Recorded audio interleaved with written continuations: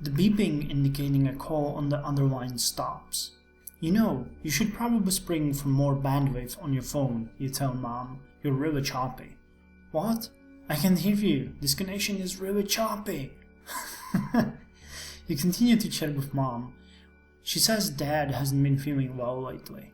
He keeps having migraines that sometimes cause him to pass out or hallucinate. She asks you not to bring it up, though. He told me not to tell you because he didn't want to worry you, she says. But maybe you could just keep him in your thoughts. I will, Mom. You end the call feeling good about having chosen to talk to your mom over a random stranger. Which is pretty much what I was going for. Worried by what Mom said about Dad, you briefly call him as well. He's audio only since he never saw the point of getting a phone with a video feed. As usual, he doesn't quite seem to get why you would call someone without a goal to accomplish. He's pretty tense, or he's pretty terse unless you get him going about a technical subject. What's in your mind? He asks. Mom said you were passing out sometimes. Can you tell me? Oh man, I don't want to say that because Mom asked me not to tell him. How are you doing? Seems a bit more reasonable. Or I was having trouble with one of Ariel's joints. Can you tell me more about that? I'll ask him how he's doing. I'm fine, Dad says. How are you? You ask similar questions that invite Dad to mention his health problem, but he doesn't seem to want to talk about it, so let him be. So you let him be. That's Dad for you. Assuming the purpose of the conversation has been accomplished, he says goodbye, but you're glad you called him too.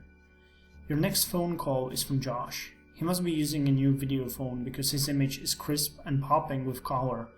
He's wearing a plain yellow polo shirt, and scraggly eucalyptus trees are scrolling rapidly behind him as if he's writing something. He appears to be in a good mood. Good news, he says. Some of the VC people that has passed us over the first time saw the article. They're going to fund us. US Robots is now estimated to be worth millions. What are you doing right now anyway? I thought he was asking, what are you going to do right now? But what are you doing right now anyway? Did you talk to Mark? You didn't tell me about it. Do you want to go soon to celebrate? You do want to go out? Wow.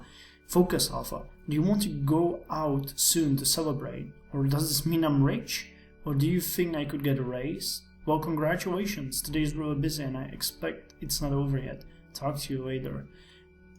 Do you think I could get a raise? Or what are you doing right now? I'll ask him about the celebration. The raise would be nice, but you know, in real life, I would never ask that. Especially when my friend is so happy, so I could do Saturday evening. Does that work? Sure, works for me. Great. There's a monster truck rally. I'll get us tickets. It's going to be awesome. See you then. Click. You suspect by the time you call back Josh to discuss whether you want to go to a monster truck rally yourself, he will have already purchased the tickets. Oh well. Well, come on, it might be fun. You realize that you haven't checked your email at all today. Checking it for the first time, you find it is flooded with requests for interviews, but one email in particular catches your attention because of the author's unusual email subject. Robot Obsession 1987, subject amazing. I read the article. You sound like a genius. Would you be interested in getting coffee sometime? I've been interested in robots for as long as I've lived, and I would love to meet you and Ariel. Sincerely, Tammy. Oh, that's flattering. What will you do? Arrange to meet this person for coffee tomorrow and bring Ariel, or arrange to meet this person for coffee tomorrow but leave Ariel with a babysitter. Well, Ariel said she wanted to meet the world, so let's take her with us. You write back a friendly reply, arranging to meet tomorrow morning. You wouldn't mind meeting someone who thinks you're a genius. Oh, come on, that's not the reason. And Ariel could stand to meet more people too. That's the reason. Tam's reply comes back almost instantly, agreeing to a meeting and peppering you with questions about yourself and Ariel. Not having time to answer all the questions, you promise to have more time to talk tomorrow. You check the time on your phone. You should probably get something to eat before your meeting with Professor Ziegler. Oh, we have a meeting? Ariel, I have to go to meet Professor Ziegler. Stay here. Ariel appears to have finished building a life-sized fire hydrant out of Legos, and is now slowly building a Dalmatian from white and black Legos. I'm never sure how this is pronounced. Dalmatian? Dalmatian. I think Dalmatian. The body and stubs of legs are complete. Remember to keep your creations in good taste, you say to Ariel in passing. Ariel considers this and starts to change the position of one of the legs. That's better, you say as the door shuts. You make your way across campus to the computer science building, a newly constructed tower of glass amidst the stucco and shingle mission architecture of the rest of the school. Professor Ziegler's office smells like cigar smoke. Oh my god, I hate that guy. And is decorated with posters advertising robot conferences with acronyms for names and years before you were born. AAAI 89, IJCA 92, IROS 94. Professor Ziegler himself is sitting back in his swivel chair at an angle that makes the fluorescent lights reflect off his aviator glasses, so you can't read his expression. There are two simple wooden chairs in front of his desk, and one is occupied by a young woman of color, wearing an Air Force uniform consisting of a light blue blouse over a navy blue skirt. The blue name tag reads J. Rogers. She smiles hello. Professor Ziegler bids you to sit with a wave of hand, and you do. Rudolph, this is Juliet Rogers, an acquisition officer with the Air Force. Juliet? Rudolph. Juliet formally shakes your hand. You're surprised at her firm grip. A pleasure, she says. But before we go further, let's get some unpleasant business out of the way. Professor Ziegler leans forward. Juliet shifts uncomfortably in her seat. You did an extremely foolish thing in speaking to the media directly without speaking to me first, Professor Ziegler says quietly. I'm sorry, but at least it turned out for the best, right? This is a good press.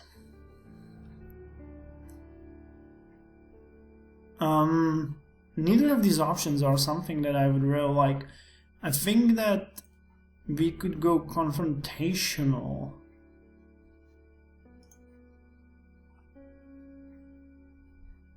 Oh, he's our teacher. Let's just... I'm sorry. Well, that's something, Professor Ziegler says. You can tell that your apology is somewhat mollified, Professor Ziegler. Well, let's see how much. 3%. At any rate, Professor Ziegler continues, you have now placed me in an awkward position. You clearly can't continue to be my student. The press will assume I am getting my ideas from you, and other fame-seeking graduate students will try to emulate your insubordination. He hesitates, and you wonder what is coming next. So I have decided it is time for you to graduate, Professor Ziegler says. Staple a few of your academic papers together and call it a thesis. Thank you, sir, you manage. The only appropriate response for your advisor telling you that he's going to let you leave with a PhD. You figure you can decide later whether or not to follow his suggestion about the form your thesis will take. Meanwhile, I asked Captain Rogers to come here because it's a poor advisor who doesn't try to secure a job for a student after graduation. He frowns and drums his fingers once. We're off the academic job hunt cycle, but Captain Rogers has something else in mind for you. Captain Rogers nods. The service has been interested in autonomous technology for some time, and we would be honored to work out a way to collaborate. She looks to Professor Ziegler. By your leave, I would have a word in private with Rudolph. Professor Ziegler waves you away, and you walk out of the building with Captain Rogers. How are you feeling about it? I wonder if something more than a friendship will develop between us.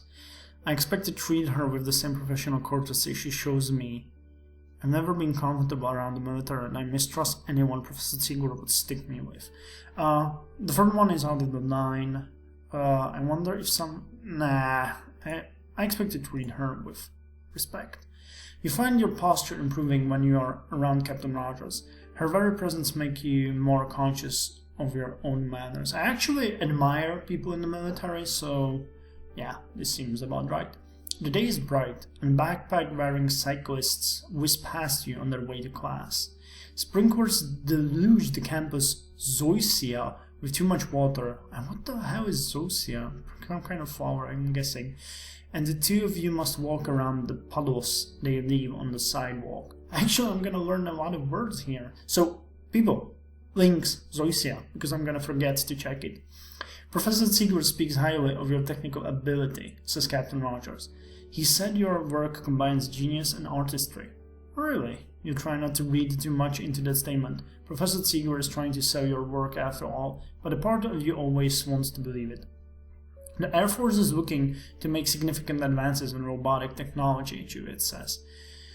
I'm kind of a talent scout, looking for new scientists and companies to form relationships with. She gives you a friendly but professional smile. If you're planning on starting a company after you finish your dissertation, I think we can offer you a contract right off the bat.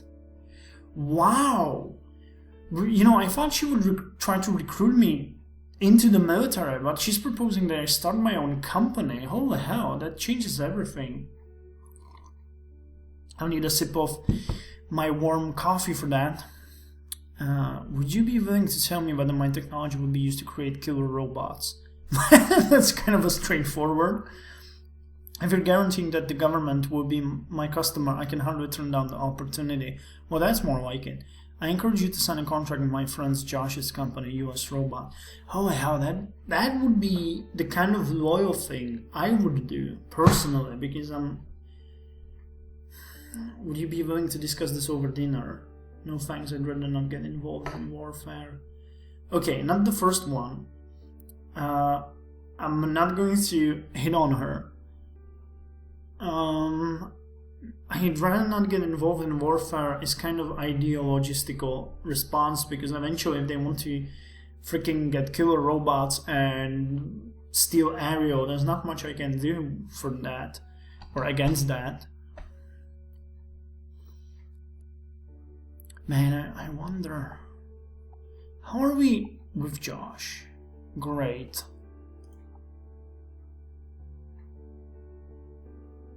Man, I think I'm gonna remain loyal. I really should, go with the government being my customer. But Josh cared for us, and he paid for our tuition. He was kind of a douchebag at first, but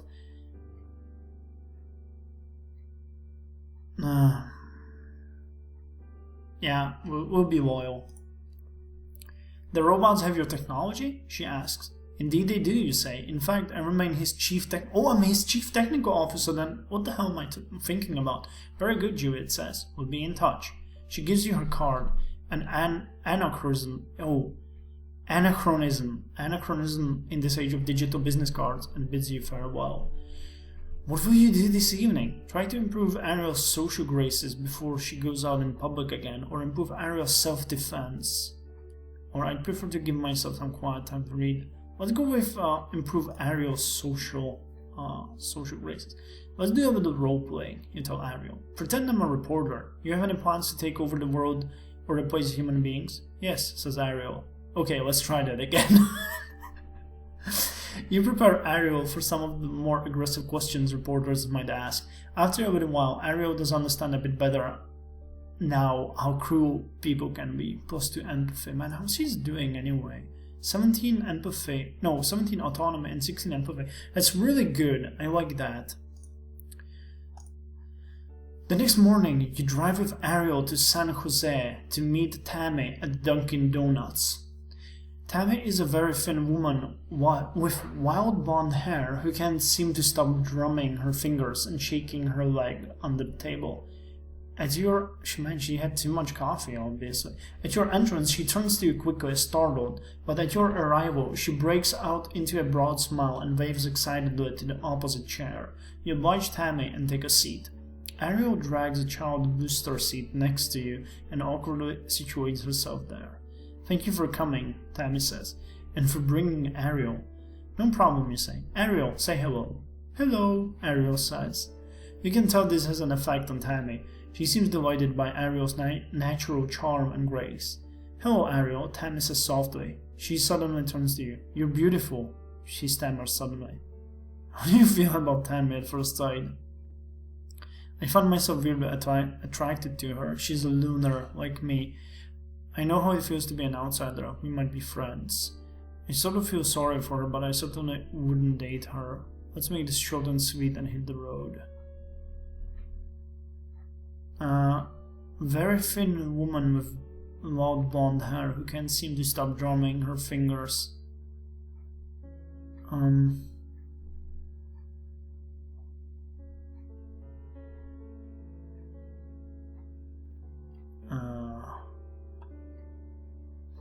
Oh, this is a big goal.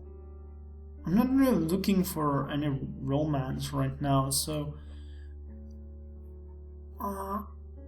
what the hell, let's go with attracted.